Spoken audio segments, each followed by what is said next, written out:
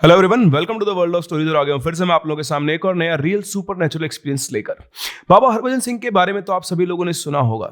1968 में जब सिक्किम और नॉर्थ वेस्ट बंगाल के अंदर नेचुरल डिजास्टर्स थे, बाढ़ वगैरह आई हुई थी, उस टाइम पर एक कारवां था जिसको ये लेकर जा रहे थे, लोग वगैरह थे उनको। उस टाइम पर जो सिपाही हरभजन सिंह थे, वो एक बेसिकली नहर थी, उसके अंदर पानी बहुत ज़्यादा था, उसमें गिरकर उनकी डेथ हो गई थी।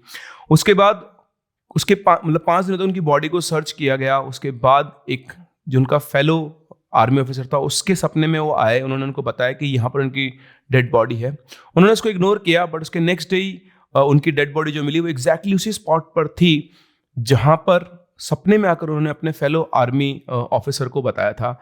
इसके बाद उन्होंने ये बताया था कि वहाँ पर उनका एक मेमोरियल बनाया जाना चाहिए। वहीं पर एग्जैक्टली उसी स्पॉट पर बनाया गया है बाबा हरभजन सिंह का मंदिर, जिसके बारे में आई होप आप सभी लोगों ने सुना होगा। लेकिन आज मैं आपको बाबा हरभजन सिंह की स्टोरी सुनाने नहीं आया हूँ। मेरे पास एक और स्टोरी है जो कि रिलेटेड है इंडियन आर्मी से ही। जी हाँ, हमारे देश के सोल्जर जो दिन रात किसी भी टाइम पर पेट्रोलिंग करते हैं देश की सुरक्षा के लिए, कई बार उनके साथ भी ऐसे सुपर नेचुरल एक्सपीरियंसेस होते हैं जिन पे वो शायद उससे पहले कभी बिलीव नहीं करते थे। कुछ ऐसा ही हुआ हमारे आज के इंसिडेंट में। ये इंसिडेंट हमारे साथ शेयर किया अनुभव सोलंकी ने, जो कि उनके फादर के साथ हुआ था, जो कि आर्मी के अंदर एक ऑफिसर है। और इसीलिए इस इंसिडेंट के अंदर सभी नाम चेंज कर दिए गए हैं, क्योंकि ये सभी लोग अभी भी इंडियन आर्मी के अंदर काम कर रहे हैं। अगर आपके पास भी ऐसा ही कोई रियल इंसिडेंट हो या फिर स्टोरी हो, तो आप शेयर कर सकते हैं मेरे साथ मेरी जीमेल आईडी princeofchemistry22@gmail.com पर। और अगर आप मुझसे कनेक्ट करना चाहते हैं तो मुझे आप फॉलो कर सकते हैं मेरी Insta ID which is princeMNIT1987 पर। आइए बढ़ते हैं कहानी में आगे। तो ये जो इंसिडेंट हुआ वो हुआ जम्मू कश्मीर के कुपवाड़ा में, जो कि LOC से 30 किलोमीटर्स दूर है। यहाँ पर इनकी जो पोस्ट थी, क्योंकि हाई सेंसिटिव एरिया है, तो यहाँ पर जो भी बटालियन रहती है उनके सोल्जर्स का पूरा दिन एक्सरसाइज, पेट्रोलिंग और इन्हीं सब के अंदर गुजर जाता है। और किसी भी कंडीशन से निपटने के लिए इनका जो डेली रेजीम होता है, उसके अंदर पेट्रोलिंग एरिया को पूरे को छानना वो एक मस्ट हैव एक्सरसाइज होती है। तो ऐसे ही एक दिन 50 सोल्जर्स को इस पूरे एरिया को पेट्रोल करना था। तो इन 50 सोल्जर्स को 2-2 की यूनिट के अंदर डिवाइड करके, मतलब एक टीम थी 2 लोगों की, इस तरह से 25 टीमें बनाई गई और इनको इस पूरी एरिया को पेट्रोल करना था। तो जो अनुभव के फादर थे वो इस टाइम पर आर्मी में लेफ्टिनेंट की पोस्ट पर, इनका पहला जो पोस्टिंग था वो कुपवाड़ा में ही हुआ था।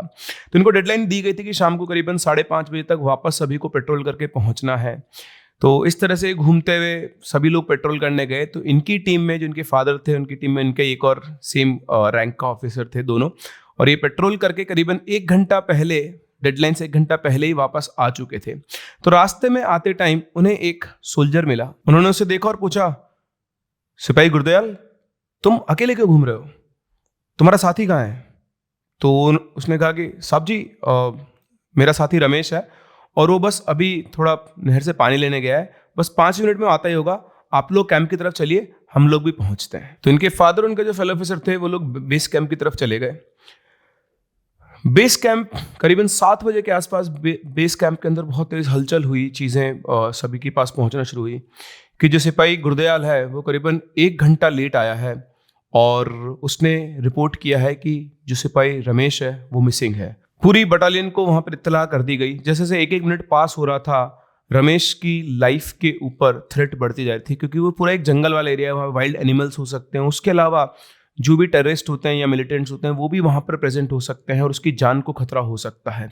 फिर से पूरी यूनिट को बुलाया गया, फिर से 2-2 लोगों की टीम बनाई गई और सारी टीम्स को डिप्लॉय कर दिया गया उन लोगों को ढूंढने के लिए। और इन्हीं टीम में से एक टीम थी अनुभव के फादर की। तो इस तरह सर्च करते करते अनुभव के फादर, उनके साथ में जो ऑफिसर थे, दोनों पहुंचे एक जगह पर जहां पर उन्हें एक छोटी सी झोपड़ी बनी हुई दिखाई थी। उस झोपड़ी के चारों तरफ लकड़ी की, मतलब तार होते हैं, उनसे बाउंड्री बनी हुई थी और उसी बाउंड्री के अंदर एक कुआं था।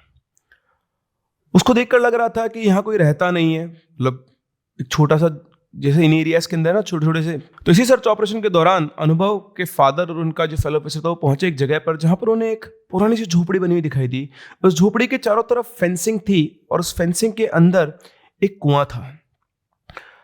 उन लोगों ने सोचा कि इस झोपड़ी में चलकर पूछते हैं कि शायद इन्होंने कहीं पर हमारे, मतलब फेलो ऑफिसर जो हमारा सिपाही था, उसको देखा है नहीं।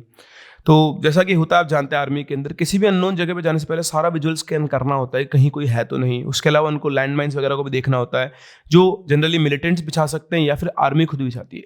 तो प्रॉपर उन्होंने एरिया को विजुअली स्कैन किया, उन्हें वहाँ पर कोई थ्रेट नजर नहीं आई।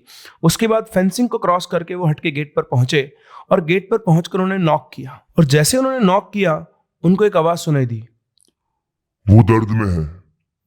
आवाज सुनते ही दोनों शॉक्ड रह गए, क्योंकि आवाज हट के अंदर नहीं, उनके पीछे से आई थी। फटाफट से उन्होंने अपनी गन निकाली और पीछे घूमे तो देखा कुएं के पास एक आदमी सफेद कुर्ते पजामे में खड़ा हुआ है। उसके बाल बहुत लंबे लंबे हैं और वो कुएं के अंदर देख रहा है। उसके बाल उसके चेहरे के आगे आ गए हैं, जिसकी वजह से उन्हें उसका चेहरा दिखाई नहीं दे रहा है। मुझसे कुछ पूछ पाते उससे पहले वो आदमी बोला, तुम्हारा साथी नहर में है और वो दर्द में है, उसे KJ-55 के पास ढूंढो। ये सुनकर अनुभव के फादर उस आदमी की तरफ बढ़ने लगे, चेक करने के लिए कि एक लोकल रेजिडेंट है या फिर कहीं एक मिलिटेंट तो नहीं है। जैसे वो आगे बढ़ रहे थे, वो आदमी फिर से बोला, मानव, अपने CEO साहब को मेरा सलाम कहना, वो बहुत अच्छे आदमी है। एक अनजान आदमी के मुंह से अपना नाम सुनकर उसके फादर शॉक्ड रह गए। वो उसकी तरफ थोड़ा सा और आगे बढ़ते, तभी उनके पीछे से उन्हें पत्तियों के ऊपर किसी के चलने की आवाज आई। दोनों ने रिएक्शन किया, दोनों आपस में पत्तियों की तरफ घूमे, वहां पर कोई भी नहीं था। और जब वापस वेल की तरफ घूमे, वो आदमी वहां से गायब था। पूरे कुएं के चारों तरफ सूखी पत्तियां रखी हुई थी। अगर वो आदमी थोड़ा सा भी मूव करता तो उनको पत्तियों की आवाज आती, जैसे उन्हें बैक साइड से आई थी, लेकिन वो ऐसा लगता है कि थिन एयर के अंदर डिसअपियर हो गया है। उन दोनों को ही इस चीज पर विश्वास नहीं होता जो अभी भी उनके साथ हुआ। उन्होंने 1-2 सेकंड टाइम लिया, देखा आदमी गया कहां।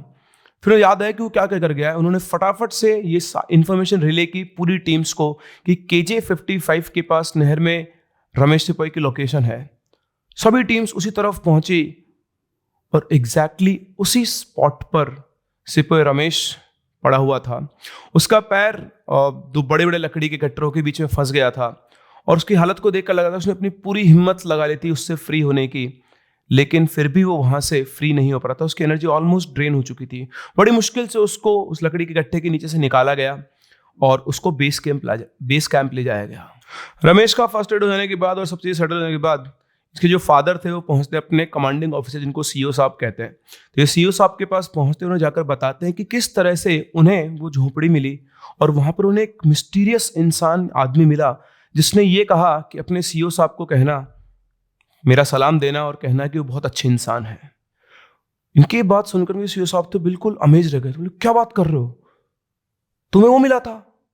इनका साहब वो मतलब। तो उन्होंने बताया कि जिस इंसान को वो देख कर आए हैं उसका नाम है रेहान काशिफ। रेहान काशिफ मेरा ही इन्फॉर्मर था, जो मुझे मिलिटेंट्स के बारे में इंफॉर्मेशन दिया करता था। और उसकी इंफॉर्मेशन इतनी एक्यूरेट हुआ करती जैसे एक स्नाइपर का शॉट होता है। वो बिल्कुल करेक्ट इन्फॉर्मेशन दिया करता था। बट कुछ मिलिटेंट्स को रेहान के बारे में पता लग गया था और वो उसको मारने के लिए निकल चुके थे। 1 साल पहले रेहान ने जंगल में छुपने के लिए अपने लिए एक जगह बनाई और वो वहीं पे रहा करता था। लेकिन जो मिलिटेंट्स वहां पहुंचे तो उसने उस कुएं के अंदर कूद के सुसाइड कर ली, जिस कुएं के पास में तुम लोगों को वो मिला था। जब मुझे रेहान के बारे में पता लगा तो मैंने उसकी बेटे की पढ़ाई का सारा खर्चा उठाया और उसकी फैमिली को भी फाइनेंशियली सपोर्ट किया।